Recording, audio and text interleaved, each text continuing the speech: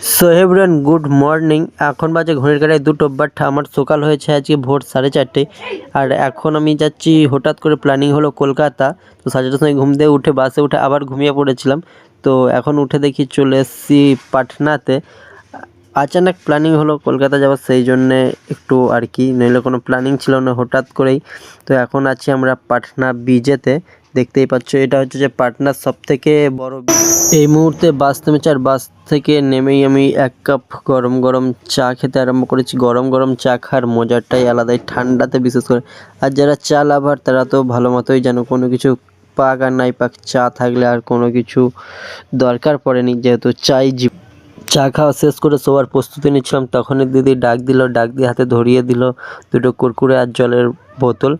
তো আমি খাওয়ার ঘুরতে ভালোবাসি, তো সেই জন্যে প্রাকৃতিক পরিবেশ দেখতে দেখতে এখানে মজা নিয়ে কুরকুরেটা খাচ্ছি।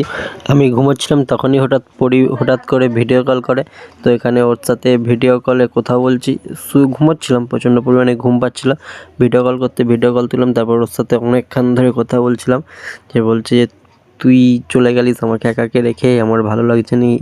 অনেকক্ষণ ধরে ইয়ার্কি করছিলাম, আর ও ওখানে খাচ্ছিল ভাত না চিড়ে, আমি সঠিক জানি না, ওকে আমি জিজ্ঞেস করলাম, বাট ভয়েস ভিডিও কল অতটা ভালো বোঝায়নি। তো তোমার চিড়ে খাচ্ছিল, দুধ দিয়ে চিড়ে ভিজিয়ে, গরম গরম দুধ আর চিড়ের সাথে চিনি দিয়ে।